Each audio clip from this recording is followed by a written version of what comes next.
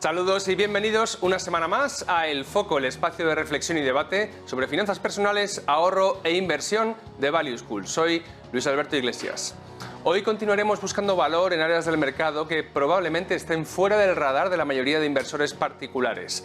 ¿En qué sectores podemos disfrutar de buenos resultados? ¿Qué compañías gozan ahora mismo del favor del mercado?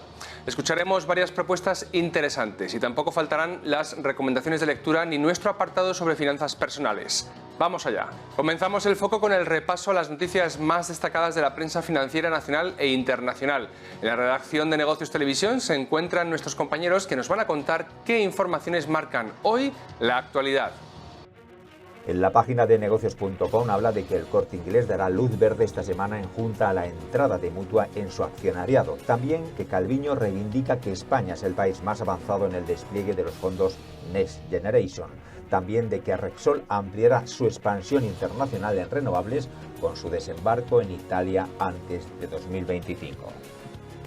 El diario Expansión habla de que las energéticas afrontan la reelección de sus cúpulas. También habla de que los bancos accionistas de Sareb recuperarán 160 millones de euros como máximo.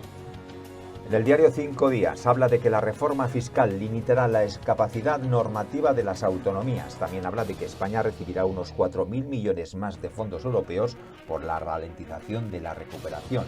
Habla también de que las grandes tecnológicas amasan liquidez para comprar el 90% del IBEX. En la portada del diario El Economista habla de que los autónomos aportarán un 20% más al RETA tras la reforma. También habla de bolsa en mercados y cotizaciones, de los mejores valores para construir tu cartera internacional desde cero. El Financial Times habla en su portada de que Estados Unidos ordena a las familias del personal de la embajada que abandonen Ucrania. En el diario The Wall Street Journal habla de que el suministro de alimentos de Estados Unidos está bajo presión y también del desplome tecnológico impulsado por el giro del mercado de bonos. Desde que conocimos la existencia del virus hemos vivido 6 olas, que se dice pronto, y se han contabilizado más de 300 millones de contagios en todo el mundo. Sin embargo, aunque la capacidad de contagio del coronavirus parece en plena forma, sus consecuencias sobre la salud empiezan a ser más leves. Por ello, a pesar de que el virus sigue muy presente en nuestro día a día, la actividad económica y empresarial se ha recuperado. Uno de los factores que explican el buen tono actual de los mercados es la recuperación casi obligada del consumo. Durante los peores momentos de la pandemia, la incertidumbre y los confinamientos nos hicieron ahorrar y los ciudadanos solamente generamos demanda de bienes de primera necesidad. Eso sucedía porque teníamos miedo, pero también porque las restricciones nos impedían consumir ciertos bienes y servicios. Los hogares españoles llevaron su tasa de ahorro en 2020 hasta casi el 15% de su renta disponible, de acuerdo con el INE. Es más del doble que el año anterior y el máximo nivel en por lo menos 20 años. El dato de 2021 no ha sido aún publicado, pero sí sabemos que esta tasa cayó unos 3 puntos hasta septiembre respecto a la cifra récord de 2020. Es lógico. A medida que ha pasado el tiempo, los ciudadanos nos hemos tranquilizado, se han relajado las restricciones y hemos vuelto a aumentar nuestro consumo. Con ello ha resurgido con fuerza la demanda de servicios y de bienes de consumo e industriales. Por otra parte, nuestro consumo ha aumentado de manera notable, sí, pero lo que sí ha subido como nunca es el gasto público. El motivo, las políticas de estímulos de gobiernos y bancos centrales que han puesto en marcha programas de ayuda gigantescos. En el corto plazo, estas medidas han impulsado la demanda y la actividad económica, aunque nunca salen gratis. Y nunca mejor dicho. Estas iniciativas siempre traen consigo deuda, inflación y mayores impuestos.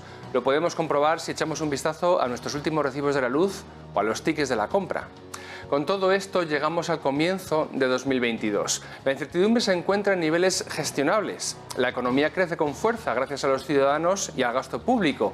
Y la renta variable es el reflejo de esta situación.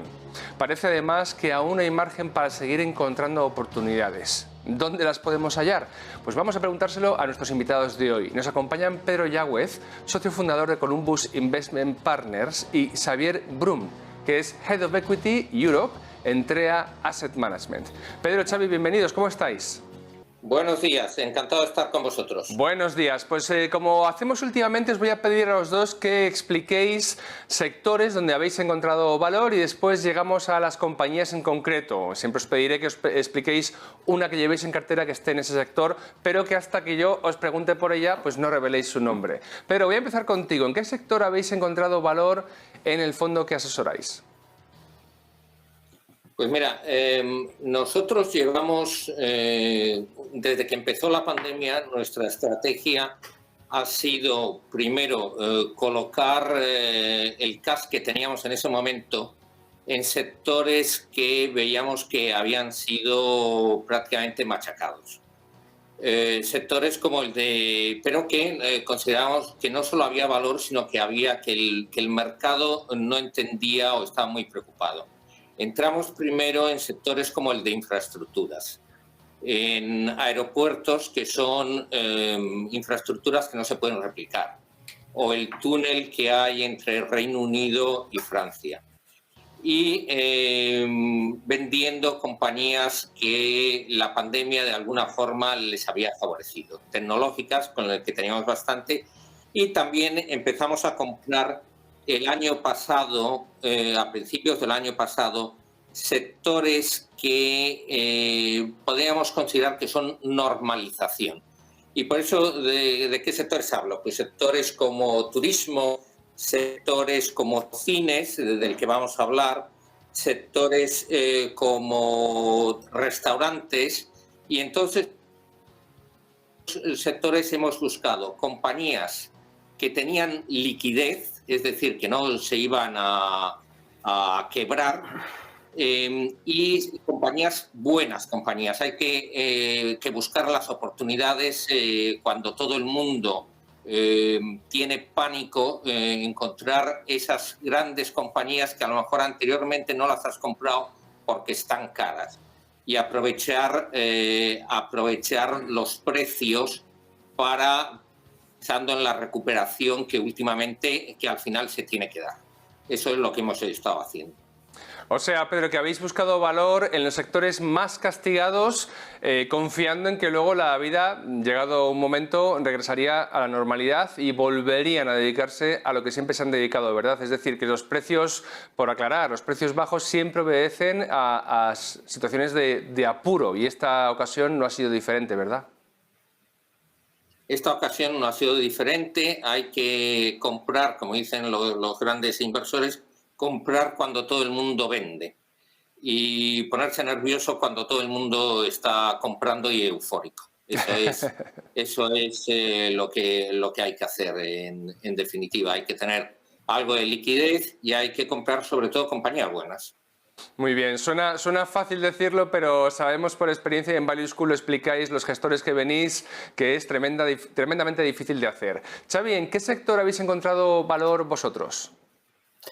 Pues la verdad que el valor lo hemos encontrado en aquellos sectores donde de la industria 4.0. Lo que hicimos fue, oye, pues la industria 4.0 realmente es un cambio muy fuerte dentro del paradigma de la industria, pues vamos a ver qué ocurre. Y entonces empezamos a buscar compañías, a rascar compañías, y lo que nos dimos cuenta fue lo siguiente, fue que las compañías, las empresas industriales más cercanas al cliente, lo que llamamos el B2C, ¿no? El Business to Consumer, pues llevaron un grado de automatización, un grado de digitalización muy elevado.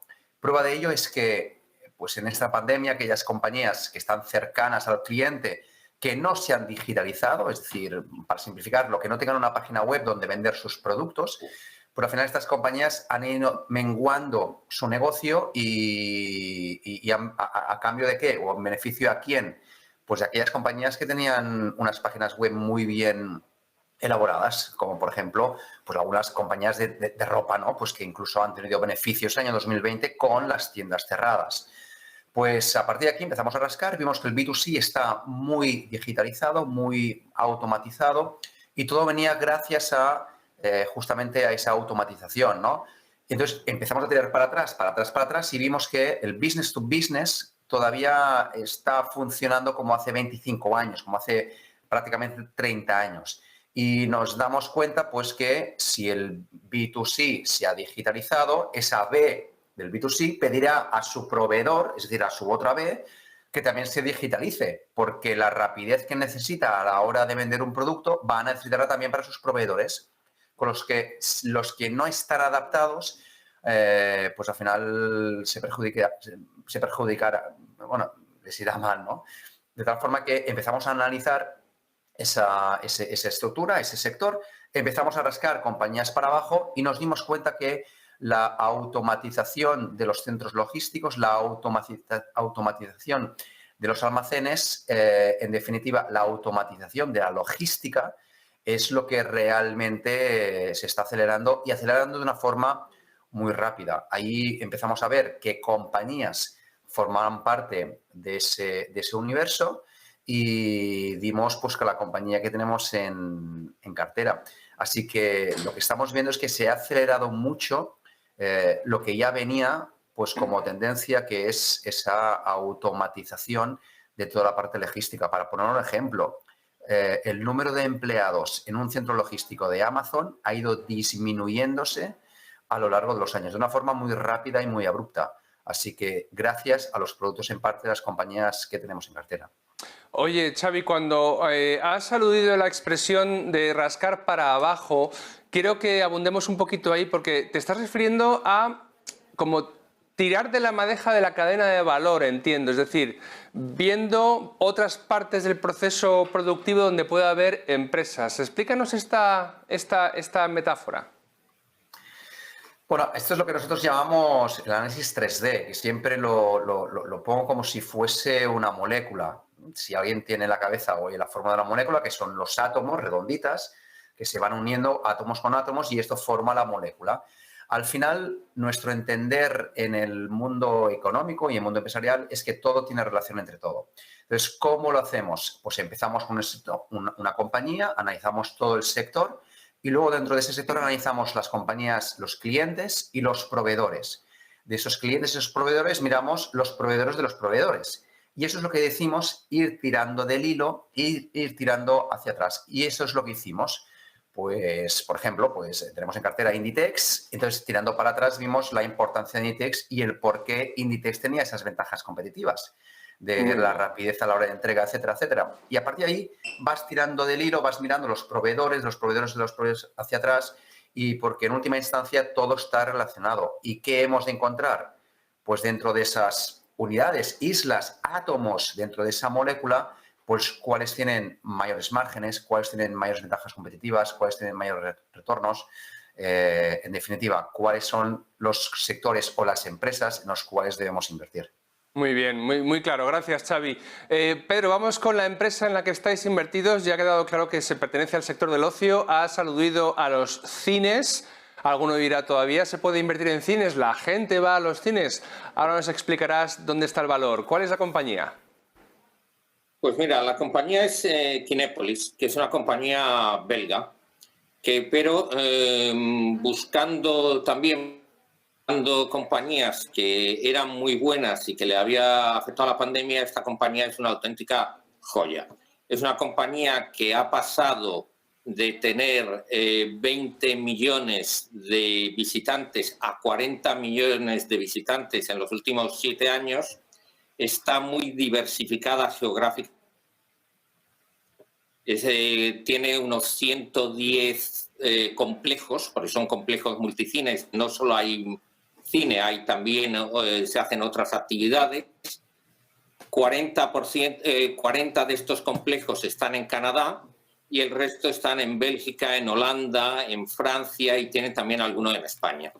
Lo que nos atrajo de esta compañía al principio tiene un retorno de capital de un nuevo equipo directivo que ha ido incrementando el retorno de capital de un 8 a un 16%, que es muy alto para este tipo de compañías, con unos márgenes operativos del 25% y que genera mucha caja. Y además, entonces esto es lo que nosotros consideramos que es una compañía de calidad.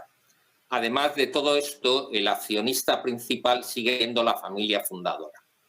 Entonces, todo esto te da una satisfacción y te apoya, estás buscando estas compañías de calidad y aparece el cisne negro de la pandemia y ves que el valor se va a 25 euros cuando anteriormente estaba prácticamente en 55 euros.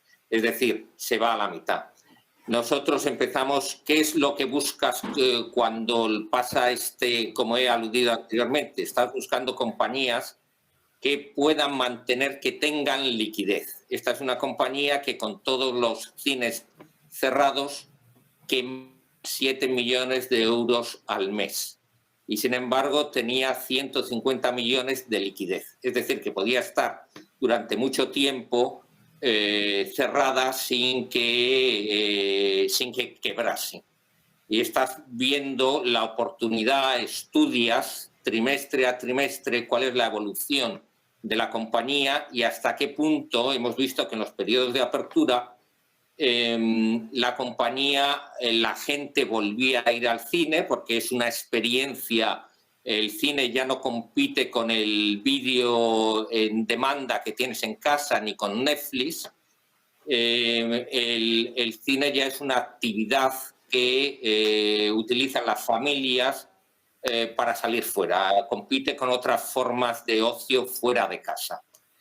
Y por lo tanto creíamos que era una gran oportunidad y la compramos en febrero de este año. Desde febrero pues ha tenido un muy buen comportamiento. Muy bien. Pedro, acláranos por favor, ¿cuál es la principal fuente de ingresos de una compañía como Kinepolis? ¿Es solamente la venta de entradas o principalmente, por ejemplo, como se suele comentar a veces, la venta de bebidas, comida o a lo mejor también el alquiler de las salas de cine para otro tipo de actos o, quién sabe, la revalorización de la propia parcela, el local, las instalaciones en concreto? ¿Cómo ganan dinero? Es una muy buena pregunta. Las compañías de cine, las que se han adaptado perfectamente a los nuevos tiempos.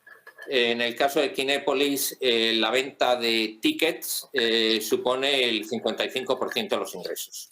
Es decir, el otro 45% de los ingresos pues son desde el restaurante que hay ahí hasta business to business, es decir, hay otras compañías que utilizan los activos que tiene Kinepolis, que son salas muy modernas, para presentaciones a lo mejor para eventos organizados por compañías. Y eso es importante. Kinepolis, el otro aspecto importante de estas compañías es que el gasto que se realiza, que cada persona realiza en el cine, ha ido subiendo durante toda la pandemia. Es decir, si vas al cine y estás saliendo, quieres gastar más. Es una actividad, es un evento donde vas por la experiencia, no solo por la película. Y entonces todo eso ha ido subiendo. Y otro aspecto muy importante de esta compañía en particular es que el 55% de estos teatros, y sobre todo los nuevos, de estos multicomplejos, son de la propia compañía. Luego, durante este periodo de pandemia no ha estado pagando alquiler, por supuesto, y estos que son los más modernos generan aproximadamente el 80% de los ingresos de toda la compañía. El otro aspecto que nos ha gustado, que nos gustó de la compañía, por supuesto, es que está diversificada muy geográficamente. Y cuando hemos visto durante el periodo de la pandemia que hay, Estados Unidos y Europa no han ido siempre coordinados, o Canadá no han estado siempre coordinados en el tema de la pandemia. Luego, cuando uno estaba abierto, el otro estaba cerrado, diferentes formas de cerramiento de la pandemia. Muy y bien. El otro aspecto importante de Kinepolis es que es una empresa adquiriendo operadores más pobres. Esta es quizá la empresa que tiene mejores números de todo el sector. Por eso decía antes, tiene la rentabilidad por capital más alta, que es algo que nos fijamos mucho. Entonces va comprando operadores más débiles, reestructura las salas y las pone al nivel en el que ellos tienen, que son salas muy nuevas. Qué interesante, muchas gracias. Xavi, ¿cuál es la compañía? Entiendo que del sector logístico, como has insinuado en la primera sección, en la que estáis invertidos.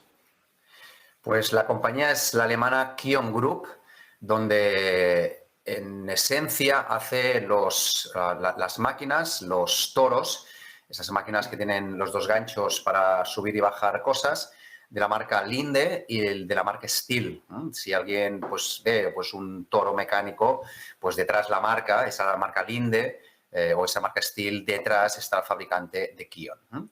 Así que, para presentar la compañía, permítame ir un poco a la historia, ¿no? ¿De dónde viene? Es una máquina que es una empresa, Kion Group, donde nació justamente de la fabricación de este tipo de maquinarias.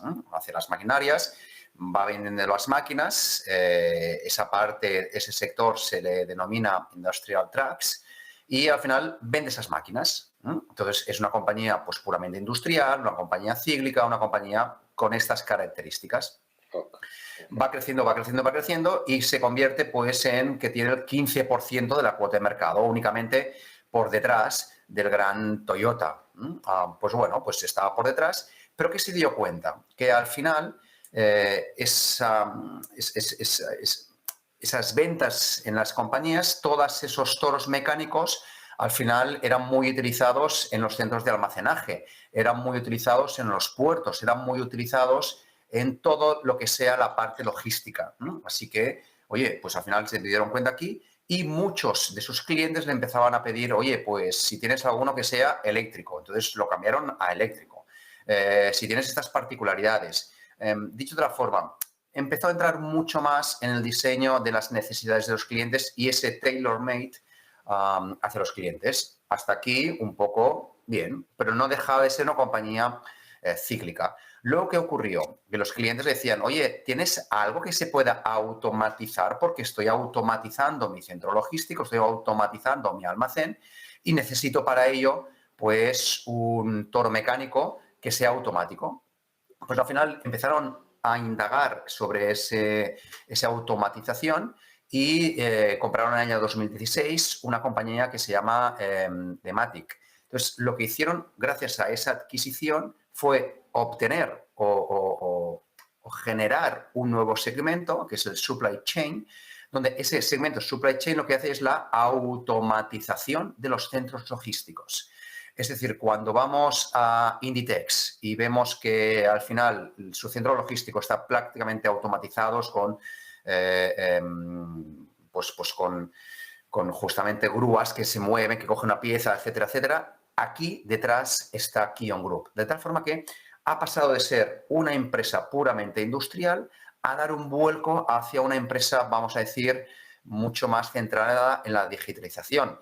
Pues bien, todo ese movimiento lo que provocó es que empezase a entrar en ese sector al entrar, pues los márgenes fuesen relativamente bajos, pero es que ahora ya ha adquirido una importancia ese sector que ya es prácticamente el 50% de los ingresos y el 50% de los beneficios de Kion Group. Y lo más importante de todos, va creciendo. ¿Y qué es importante de esto? ¿Qué es la ventaja que Kion Group le da respecto a sus competidores? ¿Por qué el cliente va a Kion Group y no va a un competidor? Que esa es la clave. Primero de todo, por la relación que ya tiene. Es una relación histórica. Así que romper esa cierta relación histórica que venía de la venta de los toros mecánicos cuesta. Además, lo que está dando es una solución a su cliente. Una solución en forma de reducción de costes. Para poner un ejemplo, hasta ahora los almacenes eran prácticamente horizontales. Ahora, ¿cómo son? Verticales. Ese aspecto vertical lo que le hace es que reduzca espacio y lo ha automatizado, por tanto, reduce costes. Esa automatización lo que permite es ser mucho más rápidos a la hora de procesar los pedidos, con lo que puede ofrecer el cliente de Kion Group a sus clientes, que al final es el consumer, pues una situación de rapidez a la hora de entregar los productos. Y además Todo esto lo que te genera es que obtienes unos márgenes superiores al segmento de industriales. En resumen, Kion Group tiene la parte de industriales, que son todos los mecánicos, y tiene la parte de supply chain, que es toda la automatización, no únicamente de los aparatos, sino también del software implícito en ellos.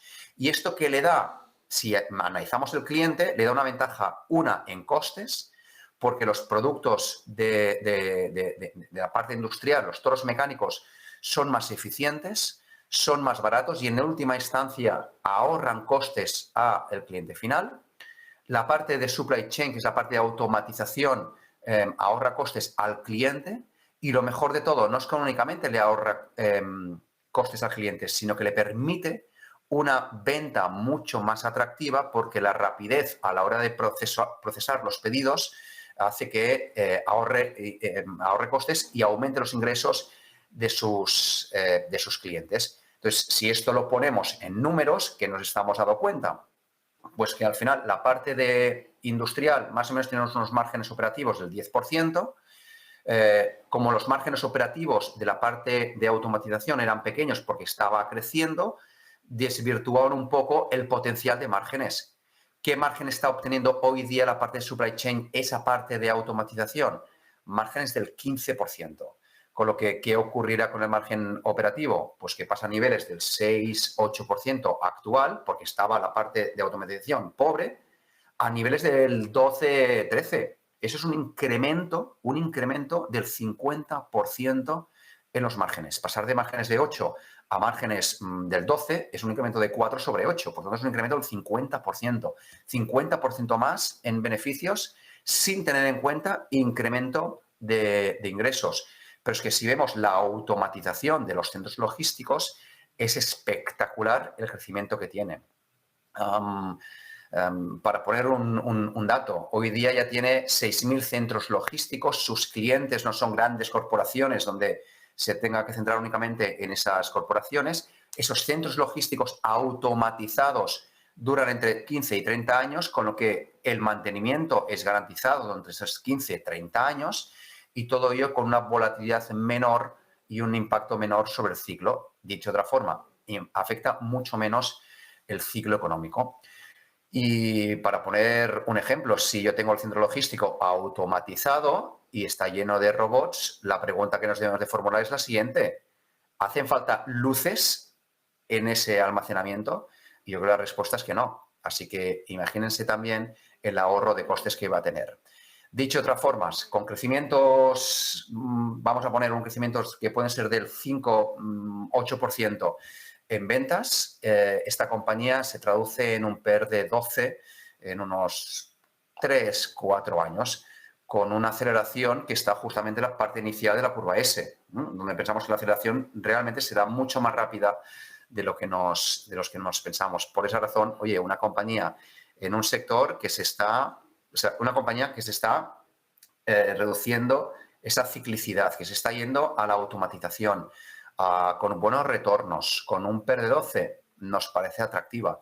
Y donde la competencia, si quisiera competir con Kion, se debe gastar muchísimo dinero en ventas. ¿Por qué? Porque sus clientes son múltiples y sus clientes ya llevan mucha relación, muchos años de relación con Kion Group. Así que la competencia, cada vez que se haga mayor Kion Group, cada vez adquirirá mayor fuerza porque la relación con los clientes cada vez se estrechará más. Y esa es un poco la respuesta, quizá algo larga, pero la respuesta por la cual hemos invertido en Kion y pensamos que es una buena forma de invertir en logística y en este crecimiento.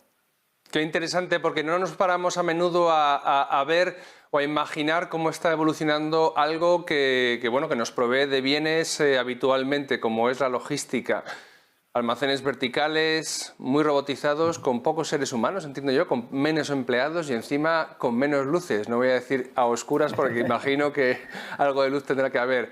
Qué interesante. Pedro, cuéntanos, ¿dónde los oyentes que estén interesados en ver un poco más acerca de Kinepolis pueden encontrar información? Entiendo que quizás sus páginas web principales, donde estén publicadas las cuentas, estados financieros, etcétera, ¿no?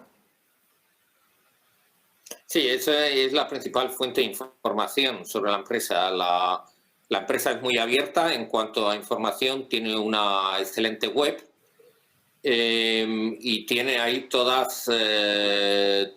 el nuevo plan, además de reducción de costes, de expansión de la compañía. Esa sería la principal fuente de información sobre la compañía.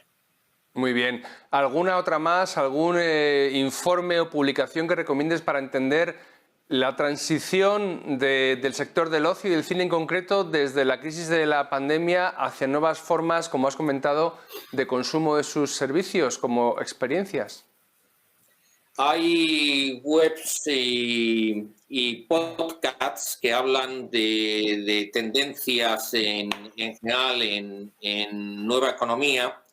Yo recomendaría dos que están en inglés. Una es Macro Voices con Eric Townsend, que habla de tendencias no solo en el sector en el que estamos hablando, sino en general, y que trae gente muy buena para hablar de todo lo que está pasando en economía y en mercados.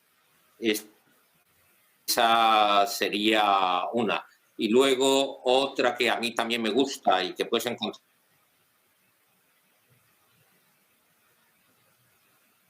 muchas ideas, dos podcasts que se pueden acceder fácilmente. ¿Puedes repetir, Pedro, el segundo, que se cortó un poco el sonido? ¿Cuál es el segundo podcast recomendado? Behind the Markets. Muy bien. Por detrás de los mercados. Behind the Markets, el periodista que lo lleva es Jeremy Schwartz. Vale, perfecto. Ahí queda ya entonces registrado. Xavi, por la parte de Kion, ¿cómo podemos aprender más acerca de la compañía y también sobre el sector de la logística que está en tan profunda transformación?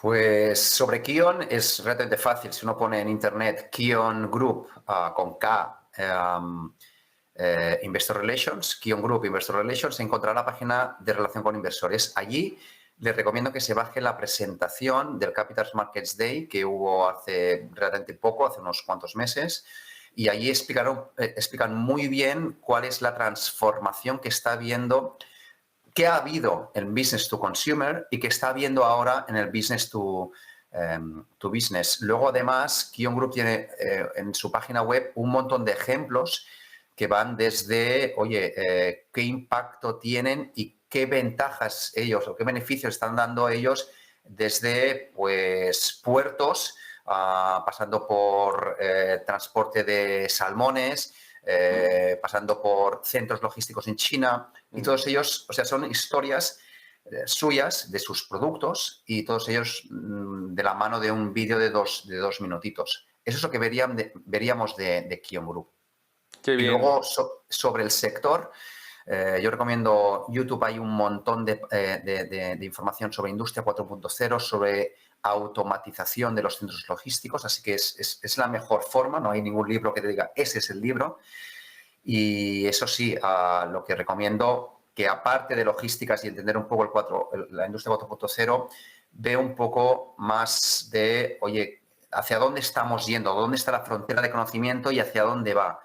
Que aunque tenga relación con Kion Group, si tiramos mucho del hilo, pero son los vídeos que hizo Iñaki Gabilondo, que es Cuando yo no esté, que es una serie de como 5 temporadas, donde habla con gente que está en la frontera del conocimiento de todo, de la logística, de la medicina, de la economía, de las relaciones humanas. Es espectacular realmente el escuchar gente que está en la frontera del conocimiento, cómo te está hablando y cómo han adquirido ese conocimiento. Así que uno de esos vídeos rascó el decir, y si el futuro es así, ¿qué necesitaríamos, no? Pues en última instancia necesitaríamos cosas que muevan otras cosas, y entre las cuales están los productos de Kion.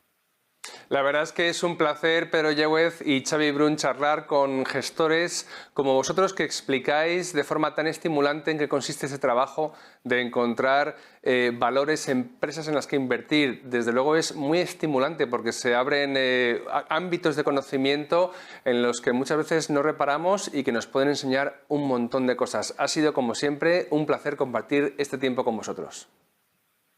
Muchas gracias. Alberto. Hasta pronto, amigos. Nosotros seguimos en El Foco, donde nuestra colaboradora Esmeralda Gómez nos va a contar todas las semanas qué debemos hacer para tener una buena salud financiera. ¿Qué nos has preparado hoy, Esmeralda? Hola Luis, muchas gracias. Nos vemos una semana más, esta vez para reflexionar un poco antes de adentrarnos en unas fechas en las que vivimos con intensidad los reencuentros, vuelven las tradiciones que cada persona y cada familia ha hecho suyas durante años. Las comidas a menudo copiosas. Sin duda alguna nos tenemos que cuidar los unos a los otros, respetarnos desde la libertad y dejar ser libres. Pero esa libertad conlleva una responsabilidad. La reflexión que hoy comparto con todos vosotros trata sobre cómo podemos vivir el último periodo del año minimizando el arrepentimiento futuro. Las compras, las invitaciones al resto de familiares y amigos para fiestas u otros acontecimientos, no cabe duda de que ese dinero puede desvanecerse en cuestión de días. Lo que era un propósito inicial, la semana pasada se olvida por completo cuando estás en ese momento emocional álgido. Para no incurrir en arrepentimientos, debes tomar el control en frío y trazar tu hoja de ruta estas Navidades. Mi primera sugerencia es esta. Piensa en esa propuesta de año nuevo en el año viejo, es decir, aquí y ahora. Sí, vamos, piensa. Y no solo piensa, actúa. ¿Qué tal si coges un lápiz, un papel y escribes esos propósitos que te gustaría empezar el próximo año? Además de los propósitos, voy a hacer un juego de visualización contigo. Imagina que ya han pasado las fiestas. ¿Hay algo de lo que te arrepientas? Para llevarlo a cabo puedes pensar en años pasados. Normalmente las personas se arrepienten de haber gastado más de lo esperado, de no haber adelantado en ese trabajo o estudio que se había propuesto y de haberse pasado con la comida y la bebida. Cualquiera que sea tu caso, haz esa lista de posibles arrepentimientos. En el plano de ingerir más de lo permitido, piensa qué estás dispuesto a sacrificar en caso de pasarte. O también puedes definir un límite, un compromiso contigo mismo por escrito. Si tienes pensado aprovechar el tiempo libre de la Navidad, además de para estar con los tuyos, para avanzar en ese proyecto que te ilusiona, reserva cada día media hora o una hora para dedicarle tiempo. Una cantidad de tiempo que te permita llegar al año que viene con ese pequeño empujón emocional que te permitirá sentirte bien en lugar de sentirte mal. Además, esa cantidad tiene que ser lo suficientemente cómoda para ser constante estas vacaciones. Si crees que te vas a arrepentir por haber gastado más de lo que debes, haz un presupuesto. La esencia de la Navidad no está en la cantidad de dinero que gastes, sino en la calidad de tiempo que pases. Haz un seguimiento exhaustivo de tus gastos durante estas fechas para tomar conciencia de lo que vas desembolsando. Obviamente, tomar el control en unas fechas en las que nos invade la emoción no es nada fácil, pero siempre es bueno establecer ciertas pautas básicas que podamos llevar a cabo para nuestra salud financiera. A nivel emocional son unas fechas en las que tenemos al exceso. Todos hemos pasado por ese sentimiento que empieza en un deseo de poseer algo, que luego deriva en euforia al conseguirlo y al cabo de un tiempo en olvido e indiferencia. Porque a medida que tenemos más y más cosas, sentimos que las nuevas adquisiciones pierden su lustre cada vez más pronto. ¿No habéis comprobado que el exceso de juguetes, tanto en niños como en mayores, nos lleva a valorar menos lo que tenemos? Tengámoslo en cuenta estas Navidades. Espero que estas reflexiones te animen a tomar las riendas de tus finanzas personales estas fiestas. Y recuerda que tomar el control en los momentos fáciles es un gran paso para no perderlo en los momentos más difíciles. Una última reflexión a modo de despedida. Dedica unos minutos para decir lo que sientes a las personas de tu entorno. No lo des por supuesto. Además, es gratis. Que disfrutéis estas fiestas y nos vemos pronto. Un fuerte abrazo a todos y a ti, Luis. Muchas gracias, Esmeralda, y hasta la próxima semana. Y ya sabéis, si tenéis dudas sobre finanzas personales, escribidnos a info@valueschool.es y Esmeralda responderá aquí en El Foco. Consejos para ahorrar, maneras de optimizar nuestro gasto, dudas sobre si nos conviene o no contratar determinados productos financieros, sea cual sea vuestra inquietud sobre finanzas y economía doméstica, enviadla a info@valueschool.es. Y aquí termina El Foco de hoy. Para saber más sobre nuestros cursos y actividades, visitad nuestro sitio web www.valueschool.es y el canal de Value School en YouTube, que ya supera los 200.000 seguidores. Nos vemos la próxima semana en Negocios Televisión. Hasta pronto, amigos.